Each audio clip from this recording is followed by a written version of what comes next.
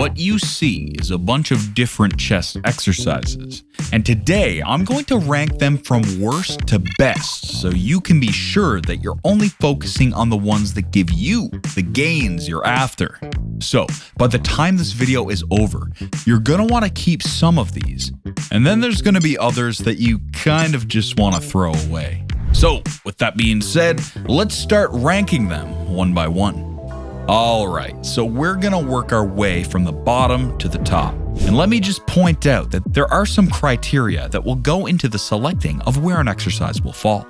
We want to make sure that this is an exercise that can actually deliver results. But we don't want it to be something that is insufficient and incapable of challenging you to cause growth. We also want to select exercises that are multi-dimensional.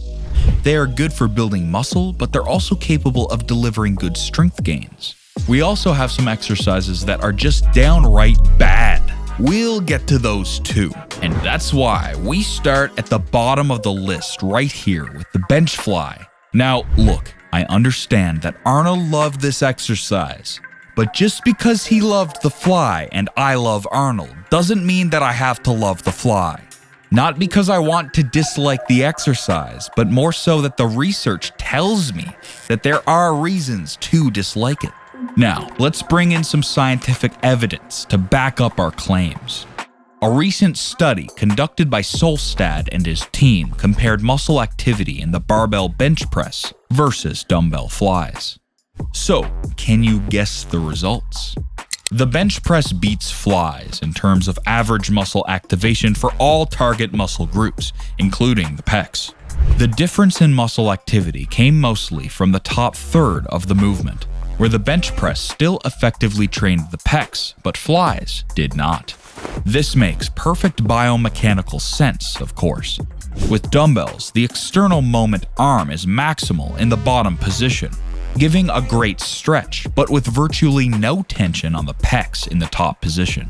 In other words, bench presses train the pecs over a greater effective range of motion, ROM.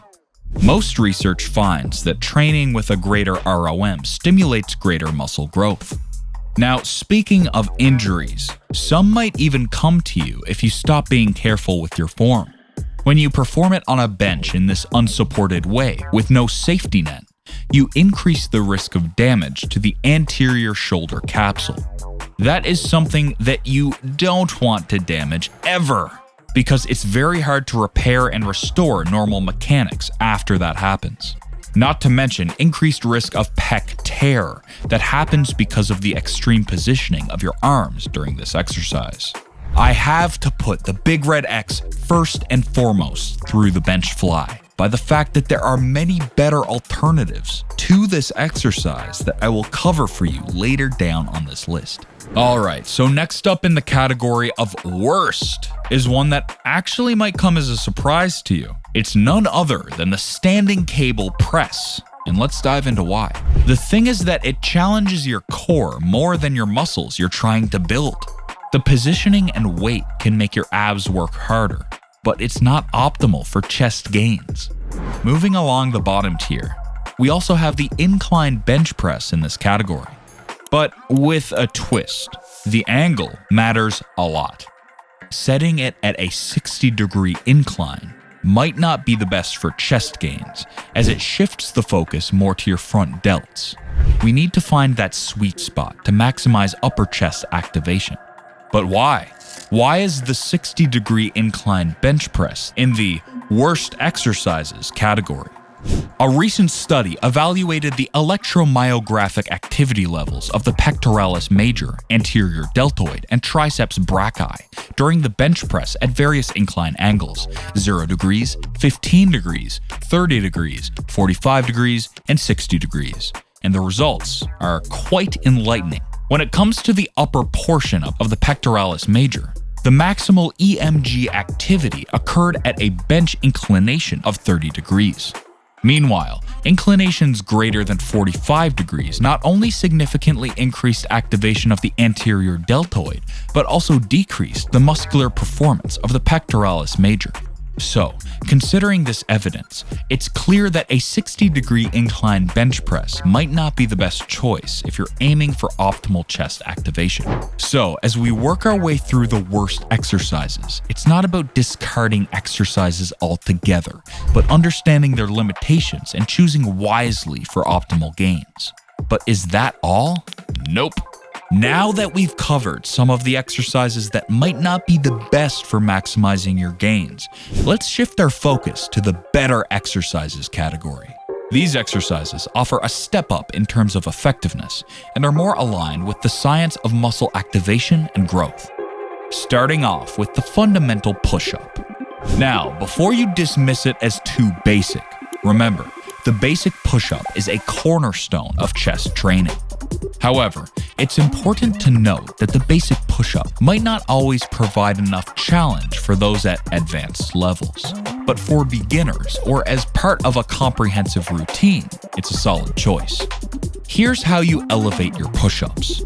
In a study examining the effect of palmar width on muscle activities during push-ups, participants performed push-ups with narrow, 50%, neutral, 100%, or wide positions, 150%. Now, let's see how these variations impacted specific muscle groups. If you're looking to target the pectoralis minor, triceps, and infraspinatus, a narrower hand placement might just be your go-to. But for an overall engagement of the chest with a focus on the pectoralis major, sticking to a neutral or slightly wider grip seems to be the sweet spot. Now, let's revisit the fly, but this time, it's the floor fly. Why? Because safety matters. The floor fly provides a chance for resisted adduction in a safer setting. With the floor acting as a safety net, you can focus on the exercise without the potential risks associated with the traditional bench fly. Plus, the floor fly allows for increased weight and eccentric movement, promoting more growth. Moving on, we have the underhand dumbbell bench press. This exercise is often overlooked, but it's a gem, especially for those who don't have access to an incline bench. Studies have shown superior activation of the upper chest fibers compared to a 60-degree incline dumbbell bench press. It might have its limitations, but it deserves its place in the better exercises category.